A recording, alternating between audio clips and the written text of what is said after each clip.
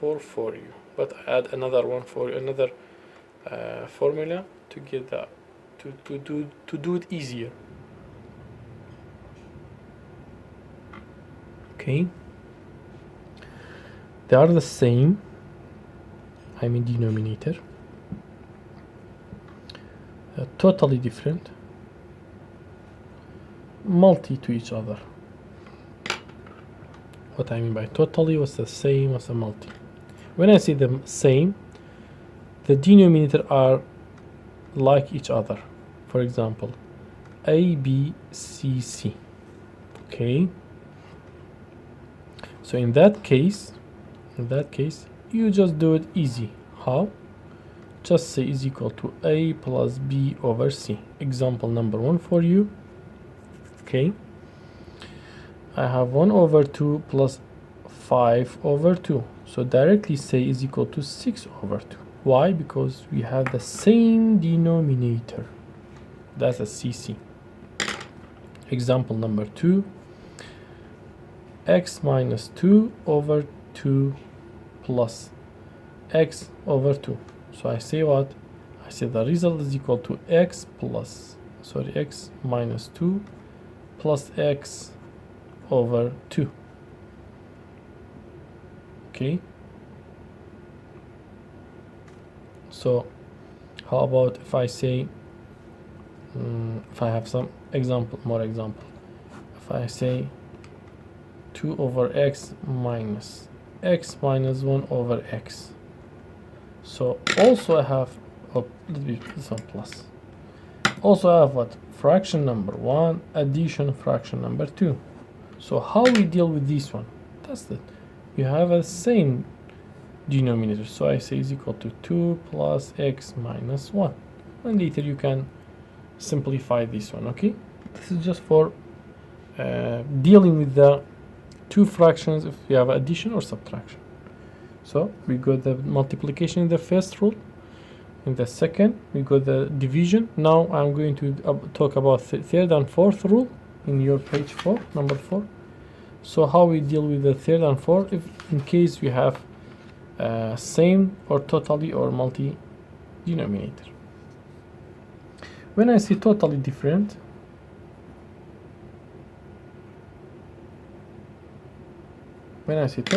I mean that I have A over C plus B over D.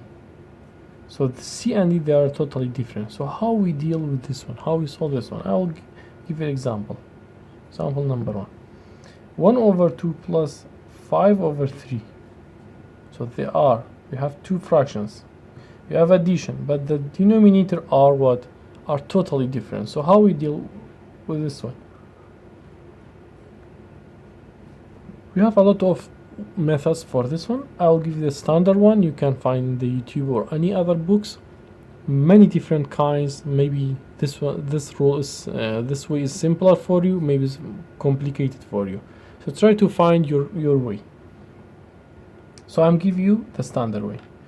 So I say we multiply these to each other, so 2 by 3, and we say we cross multiplication to the numerator with the second denominator, also first numerator with the second denominator. How?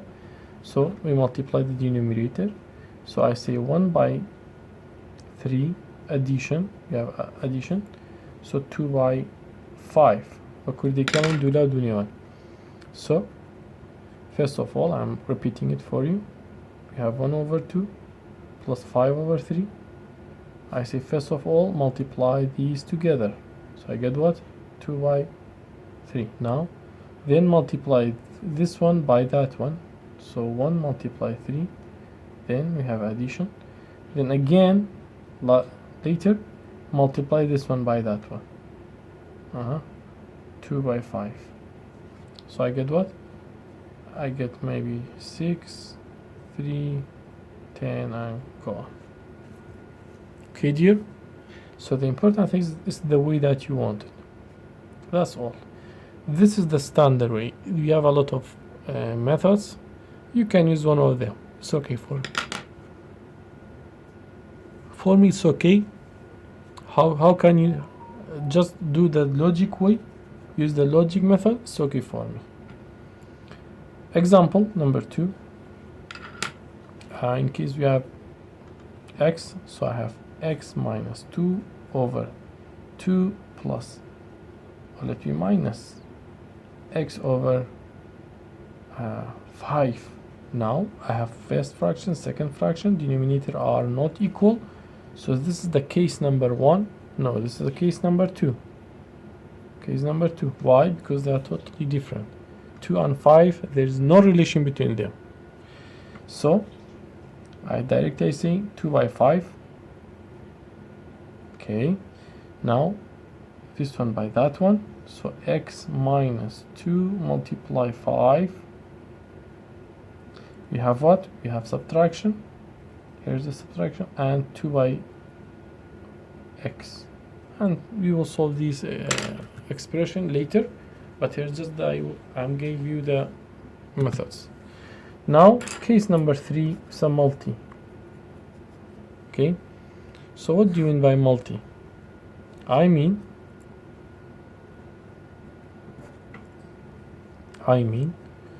if I have the fraction like that, see, will be by example number 1. If I have a, oh sorry, let me give you more example about the second case, then I'm going to the third one, so accept my apology. So if I have 2 x minus 1, let this one be x plus 2. Now look, I have 2 fraction and there's addition between them, and it's not case number 1, they are not the same denominator, so they are totally different. So how we deal with this one? It's easy, denominator by denominator. So now 2 by this one, okay, addition x by x minus 1. Okay dear, so they are not different, they are easy. If you first you solve this one, then you try to that one, and if I give you any example, just follow the rule and you can solve it. I'm going to the case number 3. So I said they are totally different, or multi. What do you mean by multi? By multi I mean, for example, I have 1 over 2 plus 5 over 4. Now you can deal with this one as the second case. You can say they are the second case. Why? Because they are totally different. Now you can solve this one as a case number 2. So okay, this isn't for you. Okay, but this methods or dealing with this one with the second case is easy for number, but it's not easy for the expression case. When I say it's easy for number, I mean if you have something like that. When I say it's not easy for the expression, mathematics expression, I mean something like that. How? For example, first of all, let me solve this one for you, or show you how what I mean by multi. Then later I will clarify my objects for you. You know, there's a relation between 2 and 4. I can write down like this. Am I right? You know, between 3 and 9, 3 and 27, 2 and 4, 2 and 8, 2 and 16. There's a multiplication between them. So in that case, if you find, or if you can distinguish between the case number 1 and 2, and you can recognize the case number 3, just say, I'll change it to the 4, say we will choose or select the biggest or the largest denominator. Okay, which of them between 2 and 4, which of them is the largest one? Surely number 4. Okay, and put the largest fraction as you have. Now I have without any change. So I select number 4, and I put the these fractions that they contained or that they had the largest denominator here and multiply some numbers to the other fraction. So I should multiply which number by 2 to get 4? Surely 2. So 2 by 2 is equal to 4, and multiply 2 to here. So I say 2 by 1. Now I get what? I get 7 over 4. I'll repeat it again for you. I know it's not easy. For another example, by another example. Okay, now I'm just dealing with the numbers, not the mathematics expression. So in case I have one, or let's say 3, no, 3 is not nice. 4 over 27. Okay, on addition, subtraction, anything. 3, here's be 5.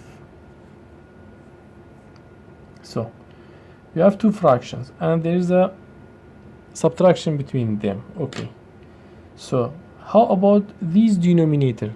Is there the case number and they are the same? No. Is there the case number 2? Yes. Is there the case number 3? Also yes. Why? Because I know 3 to power 3 is equal to what? Is equal to 27. So we will select the largest or the biggest, what? The biggest fraction without changing anything, and we have subtraction here. Later I will choose the number that I can multiply by 3. I get 27. So it's what? It's 9. 9 by 3 is equal to 27. You know. So also I will multiply 9 by 5. That's all. Okay, dear? That's all that we have in here. So how about mathematics expression? If you have x over 5 minus x minus 1 over 25, I'll directly say it's a case number 3 because there's a relation between them. So I'll choose the number 5, the largest one here, and I'll multiply which number by 5 to get 25. Surely is 5. So I say directly 5 by x.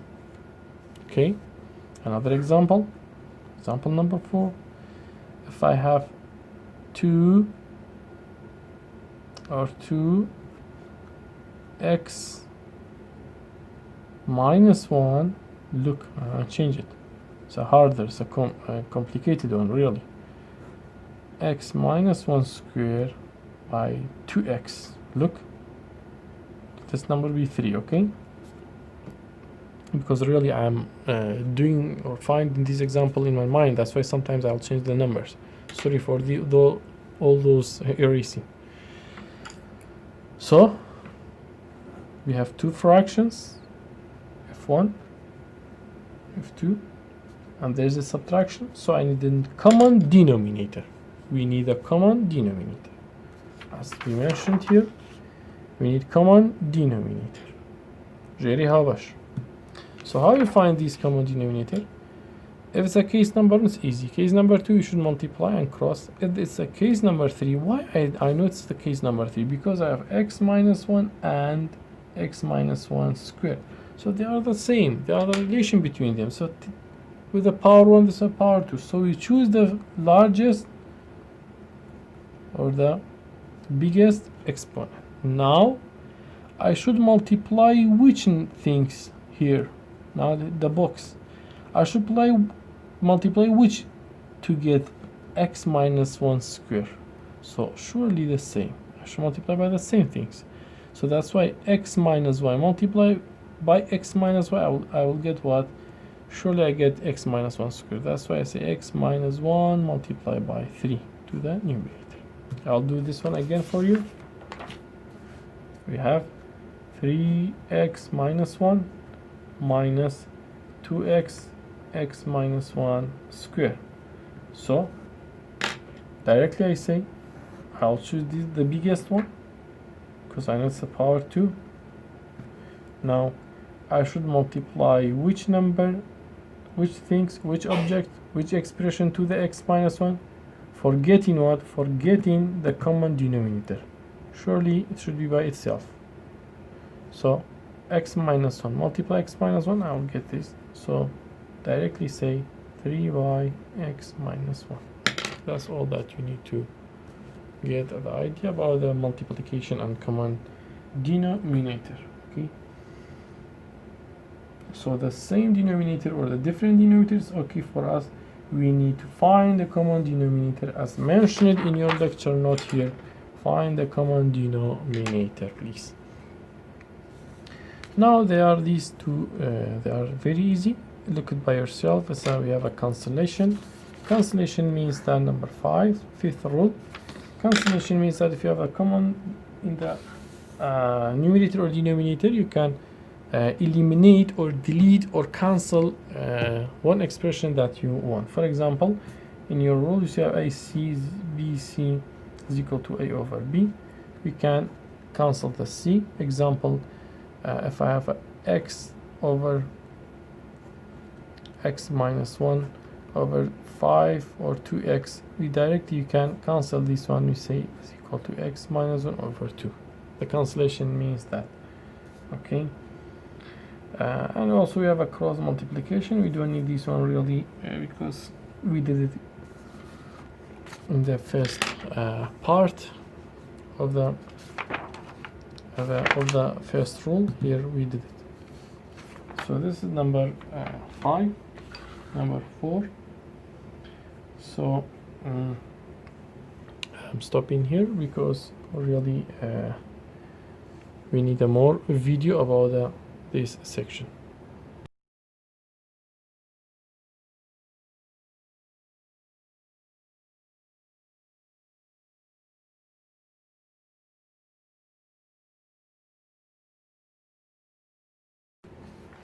Now for more interesting, please try to solve this example for you as a challenge, as a more example about the previous rules that I told you before. Now forget about real line. I told you the real line is very important for us, but not here. Forget about these additional things here, just for telling you about the coordinate line and real line. What's the real line? Where's the number? 0 is here. I know, I think you all know about the 0 in the middle, and here's the positive 1 2, and here's the negative -1 -1, and you know the square root of 2 is equal to 1/7 is between 2 and 1. Also you know about the pi is equal to 1/3/4 and go on. So it's after the 3 you have a pi. That this is about the detail about the real line. Now I'm going to page number 6. It's dealing about the these so about this parenthesis, and sometimes you say open sets symbol or open sets bracket. Also you have a close sets or we say bracket. So parenthesis or the brackets means that this symbol. So this is a parenthesis and this is the brackets. Or sometimes in the math we say open set or open interval, and this is very called as a closed intervals. So what do you mean by here? We have a description. Forget about these symbols, intersection and union. I'm going to tell you about the interval. So here's the important things is what is intervals in page 6. So in the page 6 he said that, or in your lecture you have the two important things here: the symbol or the notation, and the description and the graph. In the exam, I say find the, for example, solve the this equation, you should also find the interval notation or write the graph or sketch the graph for me. What I mean is that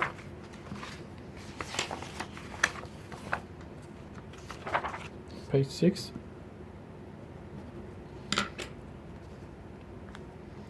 For example, I have AB, we recall as an open set. It's the parenthesis symbol, open set. So when I say AB, means that we have an X, any number between A and B. For example, when I say 1 and 2, means that there's a number between 1 and 2. And how we sketch or how we show on the real lines, as you know, the real line. So we say write 1, 2, and we will put the open here and there. So we have a hole with the line. So it means that our solution, for example, our value or anything between 1 and 2. Now this is the first notation. About the second, we have brackets or closed set. So also means that X between closed set means that X between and equal to A and B. Look, they are the same, but we have a closed interval and open interval. Maybe this symbol, this parenthesis, you have this symbol at the high school. I think some of the students, I have a they told me before we have this symbol, not that. So they are the same. Okay, they are equivalent. They are the same. This open or the closed like that. Okay. Now in case we have a closed set or brackets, we say that A between A and B, and the graph will be like that. For example, I say minus 1 and 2, so it means that X between minus 1 and 2, here's a 0 between them, and we will close. Maybe we have in the third one half closed, this is a closed A, and half open, or as you have this symbol like that. Okay, so how we deal with this? It means that X between equal to some number and less than another number without equal, because this means that include A, this means that exclude B. So for example, I have 0 and 5. In that case, I say here's 0, here's 5, and I should fill the gap, and we have a hole here. I think you get the idea. How about these symbols? Again and again, they are the same. Can you imagine? The same, you have the same things here. How about if you have an infinity? Infinity always should be open. If you have an infinity, it should be open. Okay? Here's okay, open or close. But with the infinity, you have open. When I say open, I mean that.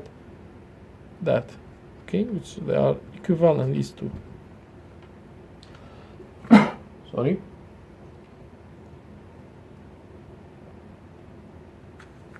So with the infinity you can see that the symbol should be open set. Okay, and you never you can close the infinity. Now try to find or sketch this value as a homework for you. I think it's easy. Let me do the B for you. Example 5, page number 6. You say just show me, clarify, or show me your number here. So you know, here's X between 1 and half, here's a 0, 1, can you imagine, and 4, and here's the number. You have a we have a closed. Why is it closed? Because we have a here we have a closed interval or brackets. In the number 7, as I told you, forget about this example. 6, why? Because it contains really many mathematics expression that you don't need those details. So forget about the union and intersection between these intervals, because really in 1.5 and 1.6 we need just the expression like that, okay, or like that. So you don't need the union and intersection, that's all. Now we have another concepts of mathematics in your college algebras class or lecture. We have absolute value. So absolute value, also later I'll give you something about distance. So what's the absolute value? Here's the definition of absolute value. You saw this one, نرخي root. Absolute value of x, we see we have x or minus x whenever x greater than or equal to 0, otherwise x less than 0. In the Zoom, if you have any question, you can ask me. Really, I'm just here telling the story or giving you a lecture, but later, or clarifying the steps, later in the Zoom we will be together with all of you, and maybe you have like a class. I will give you the feel that you are feeling that you are in your class. So please try to just listen to my video, watch my video, and later you will get the idea about the class and the methods that we will use it for getting the idea and understanding the lecture. So here's the absolute value. Again, we have a definition here. So, and you have a case, if I have minus 3, you know you get 3. How about if I have a 0 or minus plus, you get the 0, because minus or the absolute values work is what? It's just giving you the output should be what? Should be positive. If you give them positive number, it's okay, you will get also positive. If you give them the negative or 0 anything, just you get the positive without any negative notion. That's about page number 7. Also you have properties about the absolute value. Absolute value, as I told you, the first property, the page number 8. So absolute value never be negative, so means that means that maybe the output 0 or positive, there is no more option. How about the negative? You know, absolute value will eliminate the negative, so never getting something without or the output should ever is negative. How about multiplication? You can divide it.